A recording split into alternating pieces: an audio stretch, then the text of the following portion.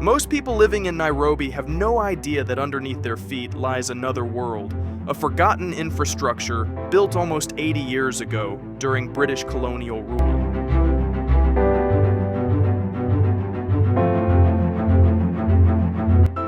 Back then, the colonial government feared rebellion. Nairobi was growing fast, and tensions were rising. So the British did something that almost sounds like science fiction. They built a network of underground tunnels, connecting some of the most important buildings in the city. At first, it was just for military movements and communications.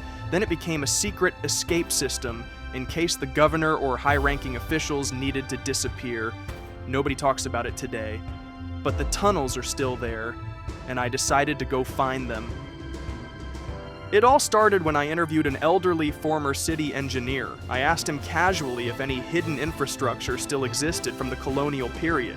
He gave me a strange look, paused, and finally said, "There are tunnels, and they're bigger than you think." He wouldn't say more, but he mentioned one confirmed passage, a tunnel linking City Hall with the Supreme Court. Apparently it was used to move files during periods of unrest in the 1950s. That was enough for me. I began digging through old colonial blueprints and found references to a larger, undocumented passage labeled only as ER Corridor Restricted. Guess where it pointed? State House Road. After weeks of searching, I finally managed to speak to a night guard who works at one of Nairobi's oldest government buildings. I asked him directly if there was an entrance to a tunnel here. He stared at me in silence, then pointed to a rusted metal door in the basement. "Don't go there alone," he muttered. I honestly thought it was just an abandoned storage room, but when I opened it, the air suddenly turned cold. A narrow concrete passage stretched out in front of me, disappearing into total darkness. No lights, no signs, no warnings, just a tunnel carved beneath the city. As I moved forward, I noticed something carved into the wall. 1948 GOVHQ. That's when it hit me. This wasn't a maintenance tunnel. This was part of the original escape network created by the colonial government. According to historians, the British built at least 7 tunnels beneath central Nairobi between 1942 and 1957.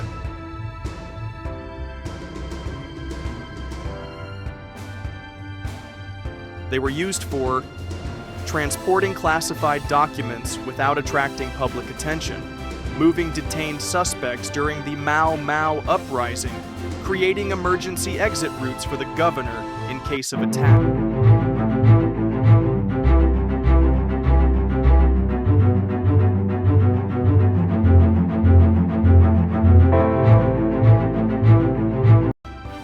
One declassified report from 1955 even mentions a contingency drill, where government officials practiced evacuating from City Hall to State House using the underground passage. Here's the chilling part. There's no official record of that tunnel ever being sealed or demolished, meaning it could still be intact today. Several retired military officers have claimed that some parts of the system are still used, especially during times of political tension or national emergencies.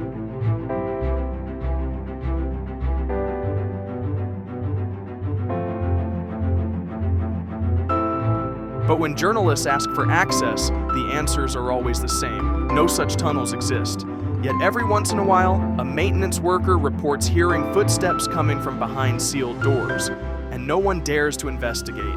One of the biggest mysteries is that there is no complete map of the tunnel system. Some small fragments exist in old blueprints, but several files were removed from public archives in the 1970s, marked confidential. City engineers I spoke to admit they don't even know how many tunnels are down there.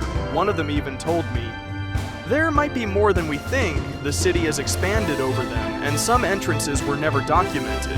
It's possible there are still entire sections completely hidden beneath residential neighborhoods, office blocks, maybe even schools. And if that's true, then Nairobi isn't just a modern African capital.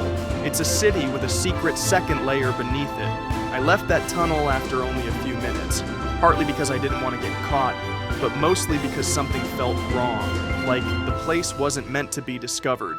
But I believe the people of Nairobi deserve to know the truth. There is a hidden world beneath their streets, built in secrecy, forgotten by time, and possibly still in use.